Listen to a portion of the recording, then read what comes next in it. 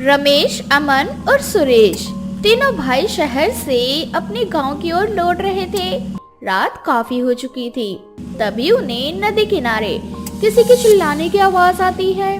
वो तीनों भागते हुए नदी के पास जाते हैं और देखते हैं कि वहाँ पर 3 लड़कियां जो कि घायल रूप से जमीन पर पड़ी हुई है। तीनों भाई किसी तरह से उन तीनों लड़कियों को संभालते हैं और उन तीनों को अपने घर ले जाते हैं। लड़कियां दिखने में बहुत ही ज्यादा बदसूरत थी, लेकिन उनकी लाचारी देखकर तीनों भाइयों को उन पर दया आ गई। जैसे ही घर का दरवाजा खुलता है, रमन, अमन और सुरेश की माँ विमला तीनों लड़कियों को उनके साथ देखकर उनसे कहती है, अरे बेटा, ये सब क्या है? इतनी रात को तुम ये अनजान लड़कियों को लेकर हमारे घर में क्यों आ रहे हो? और ये इतनी घायल क्यों हैं? क्या हुआ इन्हें? विमला के सवाल जवाब करने के बाद रमेश अपनी माँ को सारी बात बताता है। विमला का व्यवहार भी काफी अच्छा था और वो अपने बेटों से कहती है, ये तो बहुत अच्छा है बच्चों। रात को इन जवान लड़कियों को इस तरह से बाहर रहना बिल्कुल भी ठीक नहीं है। बेचारी घायल भी लगती हैं। किसी ने इनके साथ बहुत बुरा किया। सारी बातें तो इनके होश में आने के बाद ही पता चलेंगी। फिलहाल के लिए अंदर ले आओ इनको। ऐसे ही थोड़ी देर बाद तीनों लड़कियों को होश आ जाता है। दरअसल ये तीनों लड़कियां बहनें हैं और इन तीनों का नाम ज्योति, अनामिका, सुप्रिया है। ज्योति विमला से कहती है, माताजी, हमें कुछ दिन के लिए अपने घर में रख लो। वो दरअसल बात यह है कि हम तीनों बहनें शहर जा रही थी और हमारे पास कुछ पैसे और जेवर थे। पता नहीं कहाँ से वो 4 अनजान आदमी आए और हमें किसी नुकीले हथियार से मारने लगे और हमारा सारा पैसा छीन कर हमें वहीं अधमरा करके छोड़ दिया। हम अनाथ हैं, हमारा कोई नहीं है इस दुनिया में। हमारे पास जो भी छोटा मोटा घर था वो हमारे चाचा चाची ने हमसे छीन लिया। आप बस कुछ दिनों का समय दे दो हमें और अपने घर में रख लो। अरे कोई बात नहीं बेटा, ऐसे नहीं बोलते। तुम्हें जब तक रहना है घर में तब तक रहो। ये भी अपना ही घर है और मुझे ना अपनी माँ समझो। यहाँ तुम्हें किसी भी चीज की कोई तकलीफ नहीं होगी। आप कितनी अच्छी है माताजी। आजकल के समय में कोई भी किसी ऐसे अनजान को अपने घर में नहीं रखता। मैं भगवान से दुआ करूंगी कि आपके घर में हमेशा खुशियाँ बनी रहे। बाकी हम जब तक आपके घर में रहेंगे ना, तब तक आपके घर का सारा काम करेंगे। आपको किसी भी चीज की कोई तकलीफ उठाने की जरूरत नहीं है। हम झाड़ू, पोछा, बर्तन, खाना वाना सब बनाएंगे। अरे बेटा, ये तुम्हारा ही घर है। तुम्हें जो दिल करना है वो बनाओ और जैसे मन करता है वैसे मेरे घर का काम करो।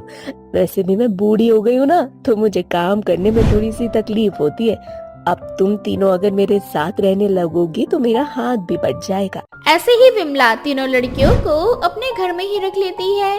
यूं ही कुछ दिन बीतने लगते हैं। अब आसपास के सभी लोग विमला और उसके बेटों पर सवाल उठाने लगते हैं कि उन्होंने बिना शादी के 3 अनजान लड़कियों को अपने घर में रखा है। ऐसी बिगड़ती स्थिति को देखते हुए विमला अपने तीनों बेटों से कहती है, बच्चों, मुझे ऐसा लगता है कि तुम सभी को आपस में ही शादी कर लेनी चाहिए, क्योंकि समाज तुम्हारे रिश्ते को शर्मसार कर रहा है। और मुझे ऐसा लगता है कि शादी ही ऐसा बंधन है जिस पर कोई उंगली नहीं उठा सकता। इसीलिए मैं चाहती हूँ कि मेरे तीनों बेटे अनामिका, ज्योति और सुप्रिया से शादी कर ले। कम से कम इन बच्चों को भी एक परिवार मिल जाएगा, मुझे बहुएं मिल जाएंगी। ये तीनों बहुत ही ज्यादा गुणी हैं। पर माँ, ये लोग दिखने में कितनी बदसूरत है। इनसे शादी कैसे हो सकती है हमारी? क्या यही सीख दिया मैंने बेटा? सुंदरता इंसान के मन से होती है, ना कि बाहर के रंग रूप और ढंग से। तुम खुद सोचो, जब से ये तीनों लड़कियां हमारे घर आई हैं तब से हमारे घर में कितना खुशनुमा माहौल हो गया है। हर तरफ चहल पहल रहती है और ये व्यवहार से कितनी अच्छी है। मुझे हमेशा आराम करने के लिए कहती हैं। आए दिन तो मेरी सेवा करती हैं, और क्या चाहिए। आपने बिल्कुल सही बोला माँ। मैं शादी के लिए तैयार हूँ। मुझे कोई दिक्कत नहीं है, मैं शादी कर लूंगा। इस तरह से तीनों बेटे उन तीनों लड़कियों से शादी करने के लिए तैयार हो जाते हैं। अब पूरे गांव में विमला के बेटों की शादी की चहल पहल उठ जाती है। विमला अपने बेटों की शादी बहुत ही धूमधाम से करना चाहती थी, लेकिन गरीबी में उसका ये अरमान शायद पूरा होने में समय ले रहा था। वह बहुत ही ज्यादा परेशान थी।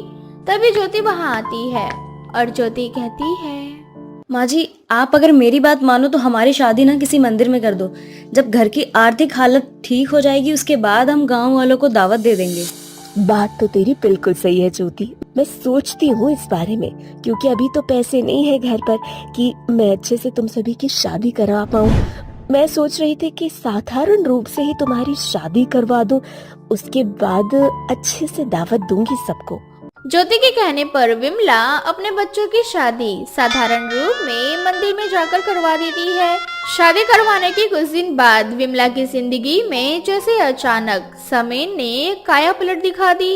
ये सब देखकर विमला को बिल्कुल भी समझ में नहीं आ रहा था कि ये सब क्या हो गया। दरअसल विमला का घर एक झोपड़पट्टी से बदलकर बंगले में बदल जाता है, तो वहीं दूसरी तरफ उसके घर में बहुत सारे पैसे, जेवर और जरूरत का सारा सामान था। ये देखकर विमला बहुत ही ज्यादा परेशान थी कि आखिर ये सब कैसे हुआ।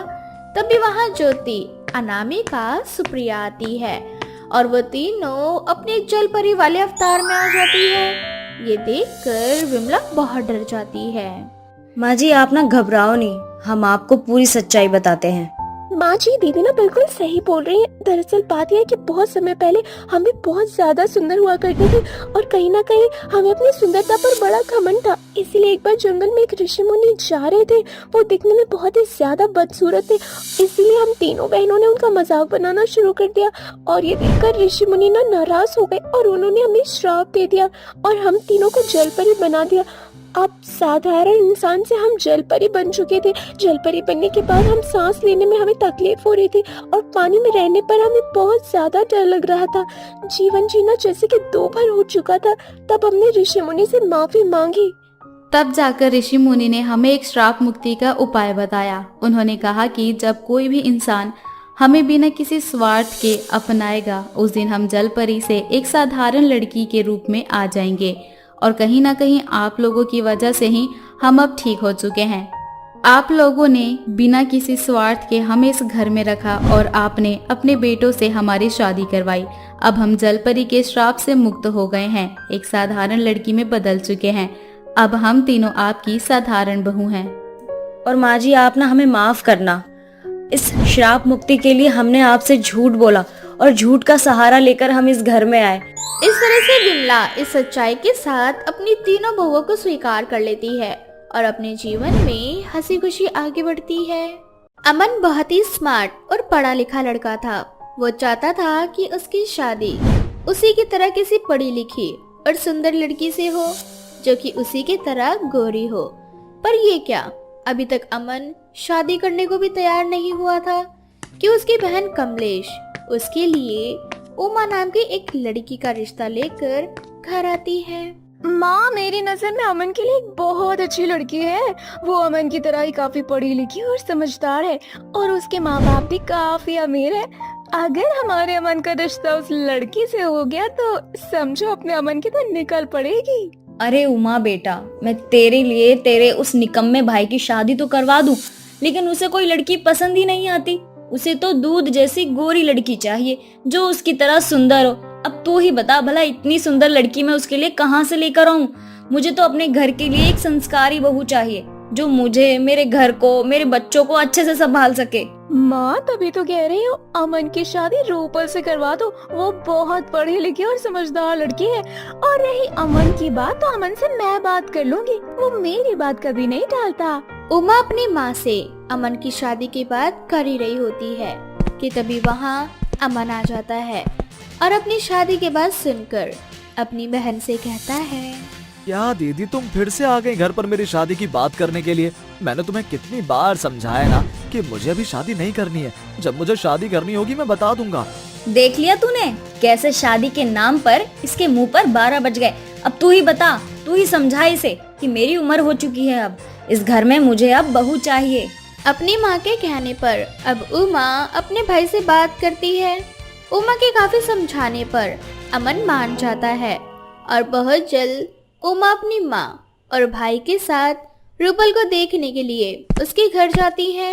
पर ये क्या, जैसे ही रूपल अपने हाथों में चाय के कप लिए सभी के सामने आती है, अमन का मुंह बन जाता है क्योंकि रूपल का रंग थोड़ा काला होता है और अमन एक काली लड़की से शादी बिल्कुल नहीं करना चाहता था। वह जैसे ही रूपल का काला रंग देखता है वहाँ से उठ खड़ा होता है और बाहर चला जाता है। अमन का ये बर्ताव देखकर रूपल की आंखों से आंसू निकलने लगते हैं। अरे रूपल, तुम परेशान मत हो, उसे जरूर कोई जरूरी काम हो गया होगा, इसलिए वो बिना बताए यहाँ से बाहर चला गया। उसकी हमेशा से यही आदत है, जैसे ही कोई इम्पोर्टेंट काम आता है इसी तरह से सबको इग्नोर करके चला जाता है। तुम यहीं रुकना, मैं अभी अमन को अंदर लाती हूँ। अब उमा भी अमन के पीछे पीछे बाहर जाती है और अमन से कहती है, अमन, ये कैसी बदतमीजी है, रूपल को देखते ही तुम बाहर क्यों आ गए? दीदी तुम बहुत अच्छे से जानती हो कि मुझे काले लोग जरा भी पसंद नहीं है। मैं चाहता हूँ कि मेरी जीवन साथी मेरी तरह गोरी और सुंदर हो, पर तुम मेरी शादी कलूटी से करवा रही हो। इसे देखकर ऐसा लग रहा है जैसे कोई काला भैंस मेरी ओर बढ़ रहा हो। तुम कैसे अपशब्दों का इस्तेमाल कर रहे हैं अमन रूपल के लिए? माना कि रूपल थोड़ी काली है, पर इसका मतलब ये नहीं कि तो उसके रंग को लेकर इस तरह से मजाक बनाएगा। और शायद तुझे नहीं पता, कुछ समय पहले तेरे जीजा जी को गिरफ्तार किया था पुलिस वालों ने। वो रूपल के ही पिता थे जिन्होंने तेरे जीजा जी को छुड़वाया, और बदले में अगर मैं तेरी शादी रूपल से करवा रही हूँ तो इसमें गलत क्या है? अच्छा तो ये बात है, क्योंकि इस कल्लो के पिता ने आपके ऊपर एहसान किया था, इसलिए आप उस एहसान को चुकाने के लिए मेरी शादी उस चलते फिरते कलूटी काले तवे से करा रही हो। ऐसा कुछ नहीं मेरे भाई, मैं जानती हूँ कि तू अपनी लाइफ से क्या चाहता है, बस इसीलिए मैं तेरी शादी रूपल से करवा रही हूँ। रूपल के माँ बाप बहुत अमीर हैं, अगर तू उनके घर का दामाद बन गया तो वो तुझे पलकों पर बैठा कर रखेंगे। और रूपल अपने माँ बाप की इकलौती बेटी है, बहुत जल्द रूपल के पिता भगवान को प्यारे होने वाले। सोच, कल को रूपल के माँ बाप मर जाएंगे तो उनकी जायदाद किसके नाम होगी? और तू तो अपना बिजनेस भी करना चाहता है ना, उसके लिए तुझे पैसे भी चाहिए होंगे, वो सारे पैसे तुझे रूपल के द्वारा मिल सकते हैं। सोच। उमा अमन को जो बात समझाना चाहती थी, अमन वो बात समझ जाता है और अपनी बहन के साथ अंदर जाता है, जहां वो रूपल से अपनी इस गलती के लिए माफी मांगता है। अब बहुत जल्द रूपल और अमन की शादी हो जाती है। शादी में अमन को काफी दहेज मिलता है और मुंह मांगी रकम भी, पर फिर भी अमन के मन का लालच अब भी खत्म नहीं होता और शादी के कुछ ही दिन बाद। रूपल, तुम ये बात तो मानती हो ना कि तुम जैसी काली लड़की से शादी करके मैंने तुम्हारे ऊपर एहसान किया है और इसलिए अब तुम्हें ये एहसान चुकाना चाहिए। मैं कुछ समझी नहीं अमन जी। अरे रूपल, समझना तुम्हें नहीं तुम्हारे माँ बाप को है। तुम्हें तो बस जाकर अपने माँ बाप से ये कहना होगा कि अमन जी को अपना बिजनेस शुरू करना है और उसके लिए 1 करोड़ रुपए लगेंगे, बाकी की बातें मैं खुद कर लूंगा। क्योंकि अमन ने रूपल का काला रंग देख के उससे शादी की थी, इसलिए रूपल भी ये समझती रहती है कि अमन ने उससे शादी करके उस पर एहसान किया है, इसलिए वो अमन की सारी बातें मानती है और इस बारे में अपने माँ बाप से बात करती है।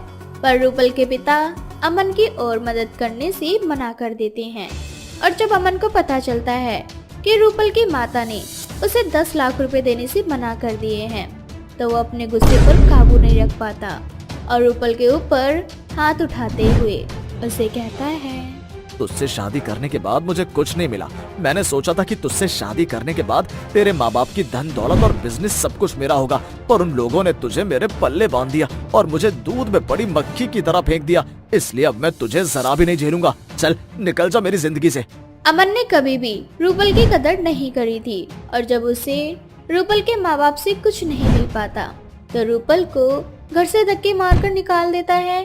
पर रूपल अपने माँ बाप के पास नहीं जाती और अकेले ही अपनी नई जिंदगी की शुरुआत करती है। अब इसी तरह से कुछ साल बीत जाते हैं और रूपल की जिंदगी में तुषार नाम का लड़का आता है जो उससे सच्चा प्यार करता है और उससे शादी भी, जहां रूपल तुषार के साथ अपनी खुशहाल जिंदगी जी रही होती है तो वही अमन रोड पर आ चुका था।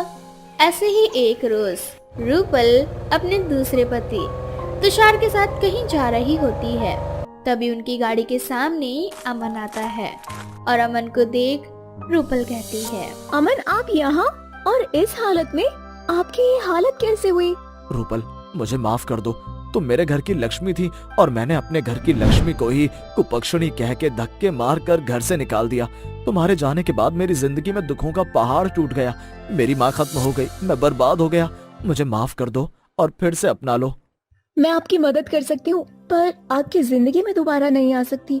आपने तो मुझे घर से धक्के मार कर निकाल दिया था, पर मेरे साथ कोई नहीं था। तब तुषार ने मेरा साथ दिया और अब यही मेरे जीवन साथी हैं। अब मैं इन्हीं के साथ अपनी जिंदगी जीना चाहती हूँ। इस तरह से इतना सब कुछ होने के बाद भी रूपल अमन की मदद करती है और अपने दूसरे पति के साथ रहती है। तो वही अमन को अपनी गलती का एहसास होता है और उसे रूपल से प्यार हो जाता है। पर इस प्यार का क्या फायदा था जब रूपल उससे दूर हो चुकी थी। इस तरह से रूपल के बदौलत अमन अपनी जिंदगी की एक नई शुरुआत करता है। मनीषा अपने पति विकास के साथ एक हवेली में रहा करती थी। विकास बहुत ही अमीर व्यक्ति था जिसने हाल ही में एक हवेली खरीदी थी। कुछ समय तक दोनों पति पत्नी अपना जीवन अच्छी तरह से बिता रहे होते हैं। ऐसे ही एक रात मनीषा अपने पति के साथ सो रही होती है। तभी एक औरत जो कि जली हुई होती है, जो कि दिखने में एक चुड़ैल लग रही थी, वो मनीषा के सिरहाने पर आकर उससे बोलती है, बहुत बुरा किया तुम दोनों ने यहाँ आकर। तुम्हें शायद पता नहीं कि ये मेरी हवेली है, एक चुड़ैल की हवेली, और यहाँ आने वाले हर इंसान को मैं जान से मार देती हूँ। अगर तुम्हें अपनी जान प्यारी है तो ये हवेली खाली कर दो। आप कौन हैं और क्या चाहती हैं? ये हमारी हवेली है, इसे मेरे पति ने खरीदी है। जानती हूँ कि तेरे पति ने खरीदी है, लेकिन सदियों पहले ये मेरी हवेली हुआ करती थी। इस हवेली पर सिर्फ और सिर्फ मेरा राज चलता है, और अगर तुम अपनी खैरियत चाहते हो तो ये हवेली खाली कर दो। तभी अचानक मनीषा की आंख खुल जाती है और वो डर से थर थर कांपने लगती है। तभी उसके पति विकास की भी आंख खुल जाती है और वो मनीषा को ऐसे देखकर घबरा जाते हैं और मनीषा से कहते हैं, अरे मनीषा, क्या हुआ? तुम ठीक तो हो ना? लगता है तुमने कोई बुरा सपना देखा है। हाँ, मुझे बहुत बुरा सपना आया। सपने में मैंने देखा कि एक औरत, वो मुझसे चीख चीख कर कह रही है कि मैं ये हवेली खाली कर दूं, और अगर ये हवेली हमने खाली नहीं की तो वो हमें जान से मार देगी। ओहो मनीषा, बचकानी बातें कर रही हो। ऐसा फिल्मों में होता है कि सपने में कोई चुड़ैल आई और हीरो हीरोइन को परेशान करने लगी। रिलैक्स बेबी, बुरा सपना है, कोई बात नहीं, जाने दो। दिन भर तुम ये हॉरर मूवी देखती रहती हो ना, इस वजह से तुम्हारे दिमाग में ये सब चल रहा है। नजरअंदाज करो ऐसी नेगेटिव चीजों को और आराम से सो जाओ। नहीं, आप मेरी बात सुनिए, मैं कह रही हूं ना, ये कोई बुरा सपना नहीं था। मुझे ऐसा लग रहा है कि वो जो कुछ भी था वो सब कुछ हकीकत है, और मेरा दिल कह रहा है कि हम ये हवेली खाली कर दें। यार, मैं इस बारे में अब फिर कोई बात नहीं करना चाहता। मजाक थोड़ी है। तुम्हें अभी पता ही क्या है, हम अभी जिस हवेली में है ना, शहर की सबसे आलीशान हवेली है, और मैं शहर के सबसे आलीशान लोगों में से एक हूँ। इसीलिए ये हवेली मैं हरगिज नहीं बेचूंगा, चाहे इसके लिए मुझे कोई भी कीमत चुकानी पड़े। मनीषा अपने पति को बहुत समझाती है, लेकिन विकास मनीषा की एक नहीं सुनता। ऐसे ही कुछ दिन बीत जाते हैं और मनीषा को आए दिन उसी औरत के बार बार सपने आते हैं कि वो हवेली खाली कर दे, और मनीषा ना चाहते हुए भी अपने पति से ये सारी बातें बता देती है। विकास अपनी पत्नी की बात को नजरअंदाज करता रहता है। ऐसे ही एक रात मनीषा अपने पति के साथ सो रही होती है। थोड़ी ही देर बाद विकास को प्यास लगती है। वो पानी पीने के लिए उठता है और वो देखता है कि मनीषा अपने सारे बालों को आगे करके अजीब ढंग से बैठी हुई है। विकास उसे बोलता है, अरे मनीषा, ये क्या तरीका है बैठने का, और वो भी इतनी रात को? कौन मनीषा? मनीषा नहीं हूं मैं, तुझे ये बोलने आई हूं कि तू ये हवेली खाली कर दे। ओह, तो अब समझा। मनीषा, मुझसे ना इस मैटर में तुम मजाक नहीं करो तो ज्यादा बेहतर होगा। मैं हवेली नहीं खाली कर रहा हूँ, इसीलिए तुमने ये तरीका अपना लिया ना। Shame on you Manisha. तुझे समझ में नहीं आता क्या? मैं तुझसे बोल रही हूँ ना कि हवेली खाली कर दे, वरना तेरी पत्नी को मार दूंगी, साथ में तेरे पूरे खानदान को मार डालूंगी। विकास को लगता है कि मनीषा उससे कोई गंदा मजाक कर रही है। वो मनीषा को नजरअंदाज करके नीचे पानी पीने के लिए चला आता है और वो देखता है कि मनीषा हवा में उड़ रही है। विकास ये नजारा देखकर दंग रह जाता है। वो घबरा जाता है कि ये सब क्या हो रहा है, और मनीषा कभी हवा में उड़ रही है तो कभी वो दीवारों पर उल्टे पैर चलने लगती है।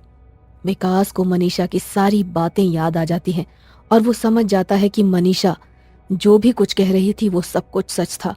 विकास तुरंत हवेली से बाहर भाग जाता है और भागते भागते एक मंदिर में जाता है।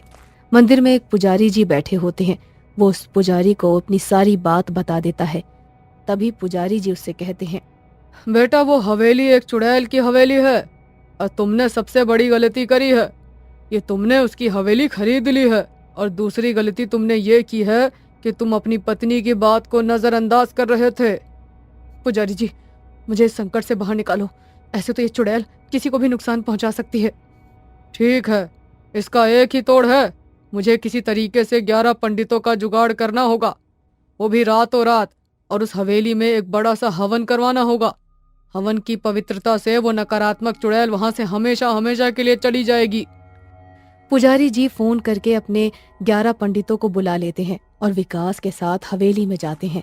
हवेली में जाने के बाद पुजारी जी पूरी हवेली को मंत्र विद्या से अपने कब्जे में कर लेते हैं ताकि हवेली से कोई भी बुरी शक्ति बाहर ना जा सके। थोड़ी ही देर बाद 11 पंडित हवन शुरू करते हैं। हवन शुरू करने के बाद वो चुड़ैल तड़पने लगती है और तड़प तड़प कर हवन के यज्ञ में भस्म हो जाती है। पुजारी जी पूरे घर का शुद्धिकरण करते हैं और वहां से चले जाते हैं। ऐसे ही समय बीतता जाता है और विकास अपनी पत्नी मनीषा के साथ हंसी खुशी अपना जीवन बिताता है।